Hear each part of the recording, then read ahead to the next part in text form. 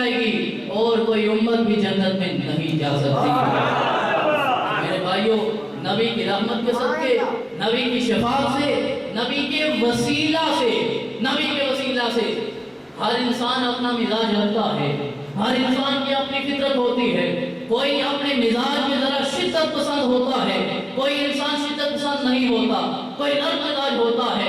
ہاں، انسان جو بھی عمل کرتا ہے یہ اس کا اپنا ایمان ہے۔ اللہ انسان کے دل کو اطمینان عطا فرماتا ہے۔ جو میرا مزاج ہے، میں کسی پہ تنقید نہیں کروں گا، ہم کسی کے مسلک کو نہیں چھڑیں گے، اپنے مسلک کی بات کریں گے۔ ہاں، اگر ہم کسی کے مسلک کی بات کریں، تنقید کریں، تو یہ لمحات انتہائی قیمتی ہیں۔ ان میں ہم وہ بات کرنے کی کوشش کریں گے جو ہر انسان سن سکے اور اللہ کی بارگاہ میں ہمارے لیے رہنمائی اور دستگیری کا سامان ہو سکے۔ میرے بھائیوں، وسیلے کا لوگ انکار کرتے ہیں۔ میں یہ نہیں کہتا وہ کیوں انکار کرتے ہیں، آپ سے ایک سوال کرتا ہوں۔ لوگ کہتے ہیں براہ راست رب سے تعلق قائم کرو، رب سے براہ راست تعلق قائم کرو، لیکن میرا سوال یہ ہے، اللہ نے آپ کو صاحب شعور بنایا ہے، اللہ نے آپ کو احساس عطا کیا ہے، اللہ نے آپ کو فہم و فراست عطا کی ہے، اللہ نے آپ کو عقل عطا کی ہے، اللہ نے آپ کو ادراک عطا کیا ہے۔ کیا آپ میں سے کوئی انسان ایسا ہے جو اپنا نفع و نقصان نہ جانتا ہو؟ ہر انسان اپنا نفع بھی جانتا ہے، اپنا نقصان بھی جانتا ہے، سود و ضیاع بھی جانتا ہے۔ ہر انسان صاحب عقل ہے۔ اللہ کو مانتے ہو؟ میں بھی مانتا ہوں، لیکن میں نے رب کو دیکھا نہیں ہے۔ دیکھا ہے؟ سنا ہے؟ جی، رب کو سنا ہے کسی نے؟ میں نے نہیں سنا رب کو براہ راست۔ کسی نے سنا ہے رب نے؟ اچھا، کہاں ہوتا ہے؟ آسمان میں؟ نہیں، ہمیں نہیں پتا کہاں ہوتا ہے، لیکن اتنا پتا ہے کہ وہ ہے، بس۔ سنتا بھی ہے، سناتا بھی ہے، بولتا بھی ہے، انسان کو قوت گویائی عطا بھی کرتا ہے۔ ہم نے دیکھا نہیں ہے، ہم نے سنا نہیں ہے، ہم نے جبرائیل کو نہیں دیکھا، نہ قرآن آتے دیکھا ہے، لیکن رب کو مانتے ہیں۔ کس کے وسیلہ سے مانتے ہیں؟ حضرت محمد رسول اللہ۔ تو اس رب سے تعلق کیسے قائم کیا جا سکتا ہے جس کو آپ نے دیکھا بھی نہیں ہے، جس کو آپ نے سنا بھی نہیں ہے، اس کے مقام اور مکان کو بھی انسان نہیں جانتا؟ ہاں، تعلق اللہ سے اس وقت قائم ہوگا جب محمد رسول اللہ کے دروازے سے۔ تو نبی کے وسیلہ کو ہم نکال نہیں سکتے۔ ہمیں شفاعت بھی ملے گی، اللہ کی رحمت بھی ملے گی، نبی کا وسیلہ بھی میسر آئے گا۔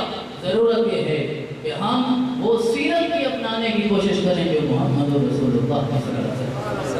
حضور نے ارشاد فرمایا، مسلم کی حدیث مبارکہ، آپ نے فرمایا میرے صحابہ، جب کوئی انسان گناہ کرتا ہے، گناہ کرنے کے بعد رب اسے توفیق عطا کرتا ہے، وہ اللہ کی بارگاہ میں آ کر توبہ کرتا ہے، استغفار کرتا ہے، ندامت کے آنسو بہاتا ہے، اللہ انسان کی زندگی کے سارے گناہ معاف کر دیتا ہے۔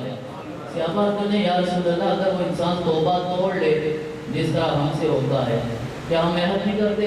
انشاءاللہ آج کے بعد کبھی نماز نہیں چھوڑیں گے، پھر بھی ہو جاتا ہے۔ روزہ ایسا رکھیں گے جس کے بعد رب روزے کی جزا بن جاتا ہے۔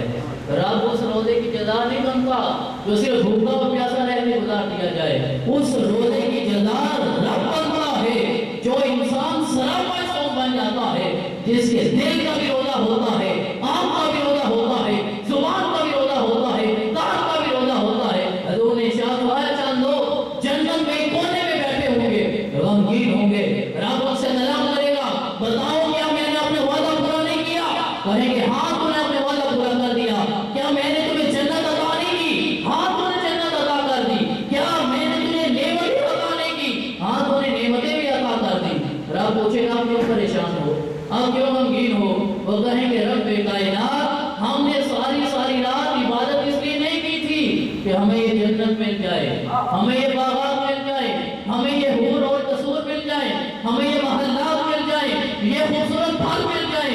رب فرمائے گا اس لیے عبادت کرتے رہے؟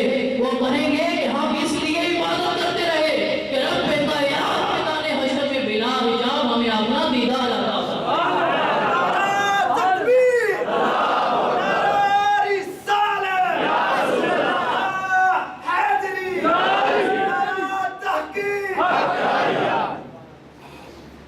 حضور نے ارشاد فرمایا جب وہ بندے عرض کریں گے فلا تعلم نفس ما اخفي لهم من قرة اعين، رب کہتا ہے ان عبادات کی وجہ سے میں تمہیں ایسی نعمت عطا کروں گا، ایسی نعمت عطا کروں گا جس سے میں تمہاری آنکھوں کو ٹھنڈک عطا فرما دوں گا۔ وہ کہتے ہیں رب کائنات ہمیں ٹھنڈک محلات سے نہیں ملتی، باغات سے نہیں ملتی، ہم تیرا دیدار کرنا چاہتے ہیں۔ آقا نے ارشاد فرمایا کہ رب کائنات سارے حجاب اٹھا دے گا، سارے نقاب اٹھا دے گا، اور الفاظ یہ ہیں حدیث مبارکہ کے آقا نے ارشاد فرمایا پھر وہ اللہ کے نیک بندے اپنے رب کا دیدار کریں گے اور رب کائنات اپنے بندوں کو تکتا رہے گا، اپنے بندوں کو دیکھتا رہے گا۔ تو یہ ایسا روزہ رکھنا پڑے گا جو انسان کے دل کا روزہ ہو۔ تو ہم ارادہ کرتے ہیں، ارادے پہ قائم نہیں رہتے کیونکہ انسان ہیں اور انسان کا ارادہ کمزور ہوتا ہے، مضبوط نہیں ہوتا۔ تو صحابہ نے کہا یا رسول اللہ اگر تو توبہ توڑ دے، آپ نے فرمایا اگر توبہ توڑ دے دوبارہ آ کر توبہ کرے اللہ پھر گناہ معاف کر دے گا۔ صحابہ نے کہا یا رسول اللہ اگر وہ توبہ کرتا رہے، توبہ توڑتا رہے، توبہ کرتا رہے، توبہ توڑتا رہے، تو آپ نے ارشاد فرمایا بندے کا کام ہے گناہ کرنا، توبہ توڑنا، رب کا کام ہے اگر انسان توبہ کرے تو اس کے گناہ کو معاف کہ اللہ کی رحمت سے کسی حال میں بھی انسان کو مایوس نہیں ہونا چاہیے۔ وہ مشہور حدیث بات کا علماء جانتے ہیں اور اہل علم باقی بھی جانتے ہوں گے کہ حضور نے فرمایا بنی اسرائیل میں ایک انسان تھا جس نے 99 قتل کیے تھے، 99 ناحق مارے تھے۔ من قتل نفسا بغیر نفس فکأنما قتل الناس جميعا، قرآن کہتا ہے کہ جو کسی ایک نفس کو ناحق مارتا ہے گویا اس نے ساری انسانیت کا قتل کر دی۔ تو اس نے 99 قتل کیے، پھر اللہ نے توبہ کی توفیق عطا کر دی۔ گھر سے چلا ایک راہب کے پاس جاتا ہے، جا کر کہا حضرت میں توبہ کرنا چاہتا ہوں۔ اس نے پوچھا گناہ کیا ہے؟ کہنے لگا 99 ناحق مارے ہیں۔ اس نے کہا 99 ناحق مارے ہیں، تمہاری توبہ نہیں ہو سکتی۔ اس قاتل نے سوچا 99 مارے ہیں توبہ نہیں ہو سکتی تو میں 100 پورے کر دیتا ہوں، سینچری کر دیتا ہوں۔ اس نے تلوار نکالی، سر تھم سے جدا کر دیا، 100 پورے کر دیا۔ چلا وقت گزرتا رہا، پھر میرے رب نے توفیق عطا فرمائی۔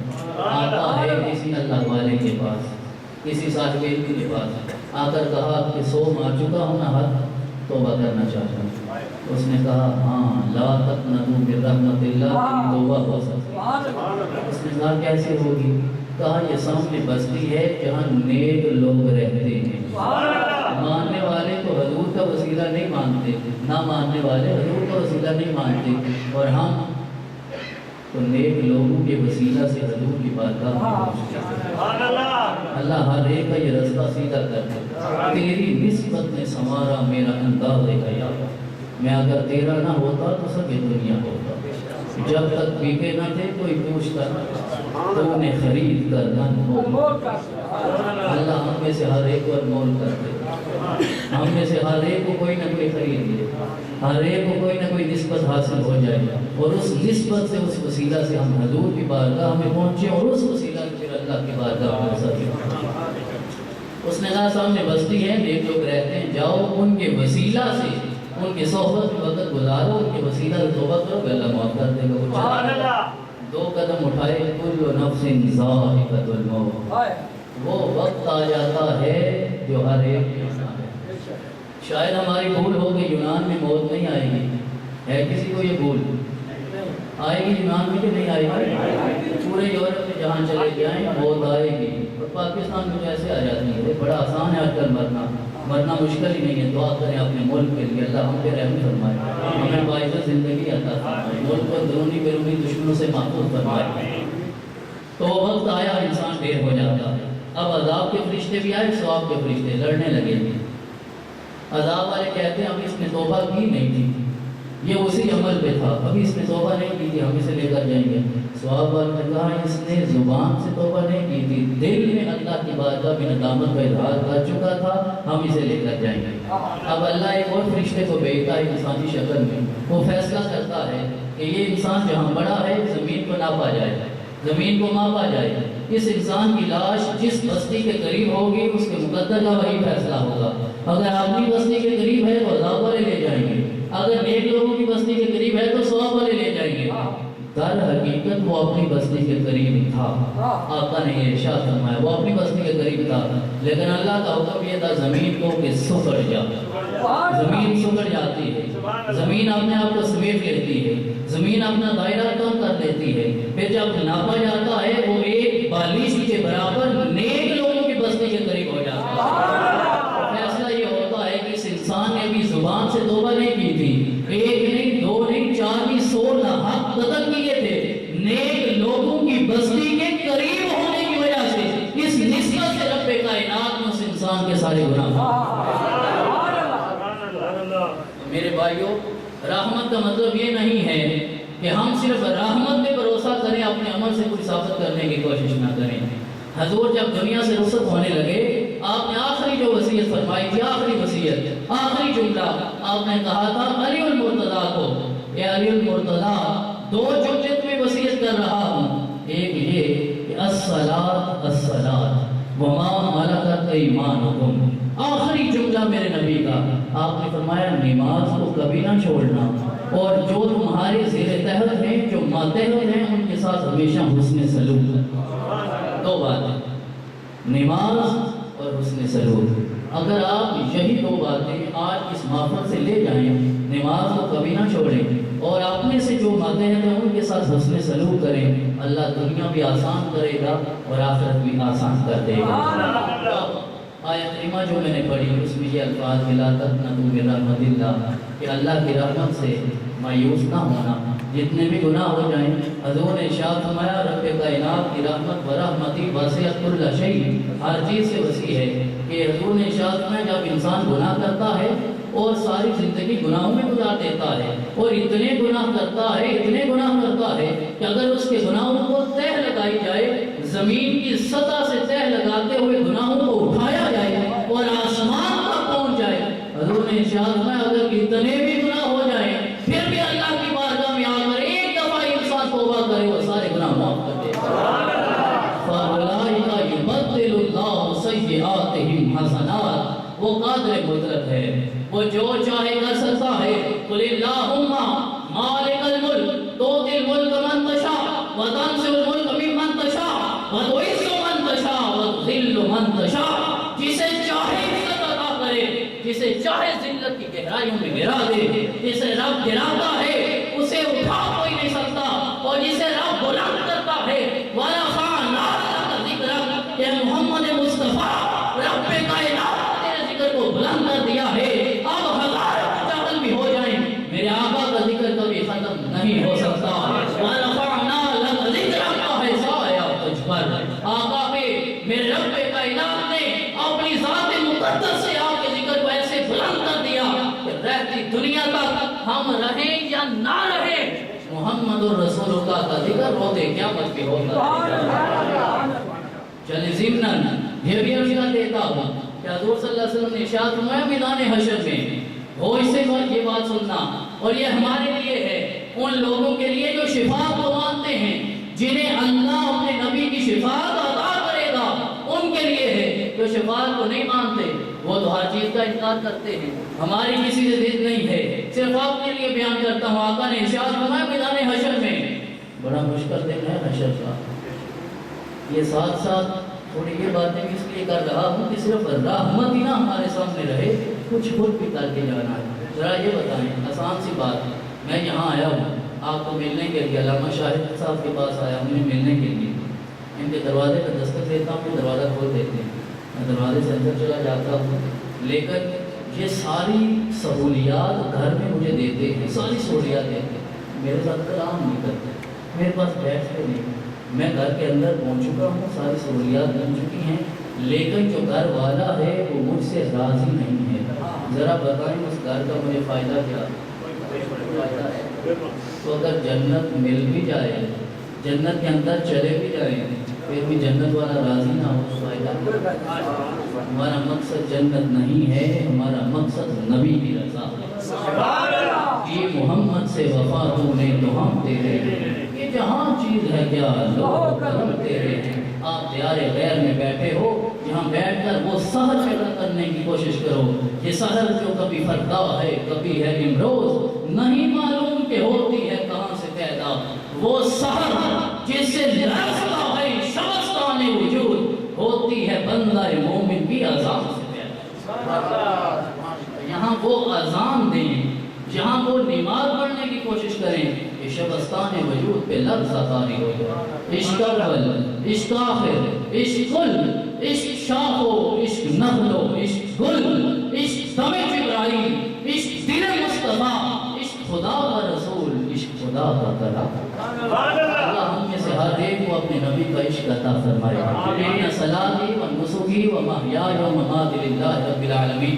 نماز پڑھو اس کی رضا کے لیے، روزہ رکھو اس کی رضا کے لیے، اور اس کی رضا کیا ہے؟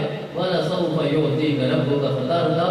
اس کی رضا بھی یہ ہے کہ میرے نبی کو راضی کرنا، نبی راضی ہو جائے تو اس کی رضا ملتی ہے۔ اور اللہ کی رحمت سے ہمیں مایوس نہیں ہونا چاہیے، اور آپ نے خود قرآن میں بتا دیا کہ میری رحمت سے پتہ ہے مراد کیا ہے؟ قُلْ بِفَضْلِ اللَّهِ وَبِرَحْمَتِهِ فَبِذَٰلِكَ فَلْيَفْرَحُوا، کہ جب اللہ کا فضل آ جائے، اللہ کی رحمت آ جائے تو تم اس پہ خوشیاں منایا کرو۔ جو گھر میں جمع کر کے رکھتے ہو اسے اللہ کی بارگاہ میں خرچ کر دینا، اللہ کی رحمت اور اس کے فضل آنے کی خوشی میں۔ میرا رب پھر اتنا عطا فرماتا ہے انسان حساب نہیں کر سکتا۔ آئیں قرآن سے پوچھتے ہیں کہ اللہ کی رحمت کیا ہے؟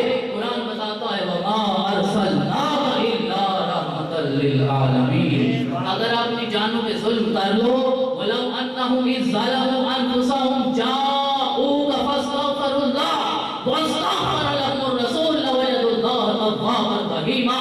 اگر ساری زندگی انسان گناہ میں گزارتا ہے، اپنے نفسوں پہ ظلم کرتا ہے، رب کہتا ہے جب اپنی جان پہ ظلم کر بیٹھتے ہو پریشان ہونے کی ضرورت نہیں ہے، آؤ میری رحمت کے پاس۔ اے میرے مولا تیری رحمت کیا ہے؟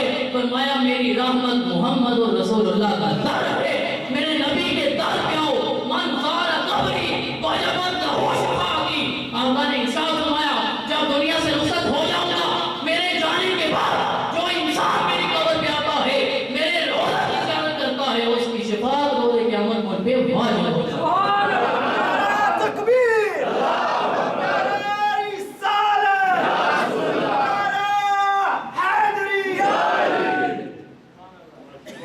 حضور صلی اللہ علیہ وسلم تشریف فرما ہے، اور فرمایا صحابہ میدان حشر جب ہر ایک باپ بیٹے سے دور، بیٹا باپ سے دور، بھائی بھائی سے دور، دوست دوست سے دور، اور اللہ نے ارشاد فرمایا کہ یہ جو گہرے دوست ہوتے ہیں نا، جن کو ہم لنگوٹیا کہتے ہیں، کہ تیری خاطر تو میں سب کچھ قربان کر دینے کو تیار ہوں، روز حشر ایک لنگوٹیا اسے حمیم کہتے ہیں، حمیم عربی میں گہرا دوست، وہ بھی اپنے دوست سے دور باتیں کہے گا مجھے اپنے نفس کی بڑی نفسا نفس نکالا۔ جہاں ابراہیم بھی ساتھ نہیں دیں گے اللہ کی خاطر نارے نمرود میں کودے تو وہ بھی اس کی ساتھ نہیں دیں گے۔